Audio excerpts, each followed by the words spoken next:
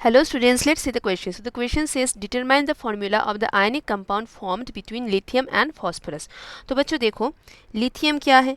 Lithium एक metal है and phosphorus क्या है? फॉस्फोरस एक नॉन मेटल है. अब इन दोनों का ही टेंडेंसी क्या होगा कि ये नोबल गैस कन्फिगरेशन को हासिल करना चाहेगा. नोबल गैस कन्फिगरेशन को अगर हासिल करना चाहते हैं तो लिथियम का क्या होगा? लिथियम का इलेक्ट्रॉन लूज होगा एंड फॉस्फोरस का इलेक्ट्रॉन गेन होगा. लेकिन कितना, दैट इज़ इम्पॉर्टेंट. देखो हमें मतलब है कि लास्ट शेल में कितने इलेक्ट्रॉन्स है, यानी वैलेंस इलेक्ट्रॉन्स से मतलब है ना, वैलेंस इलेक्ट्रॉन से मतलब है.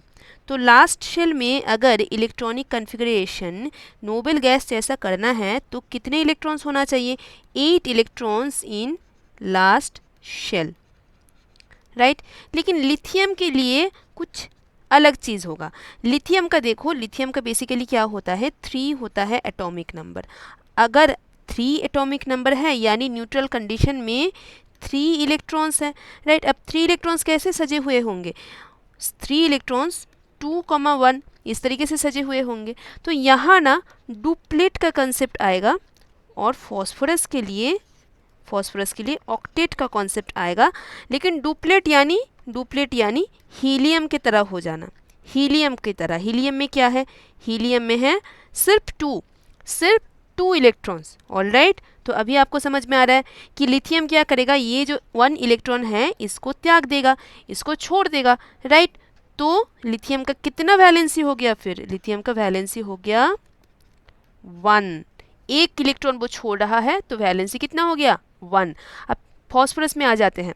फॉस्फोरस का वैलेंस इलेक्ट्रॉन होता है 5 वैलेंस इलेक्ट्रॉन है. अब इसके साथ या तो आप 3 इलेक्ट्रॉन्स जोड़ दो या तो आप यही जो 5 इलेक्ट्रॉन्स हैं इसको निकाल दो.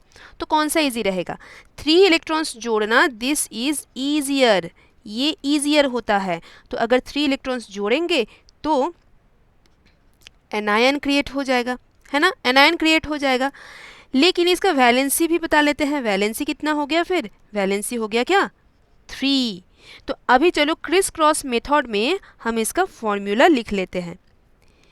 लिथियम एंड फॉस्फोरस, इसके नीचे लिख लेते हैं इसके वैलेंसीज 1 और 3. क्रिस क्रॉस कर देते हैं. आपको कितना मिल गया? Li3P1. 1 को तो हम लिखते नहीं हैं तो Li3P. Your answer is option C. I hope ये समझने में आपको कोई डिफिकल्टी नहीं है. Thank you so much.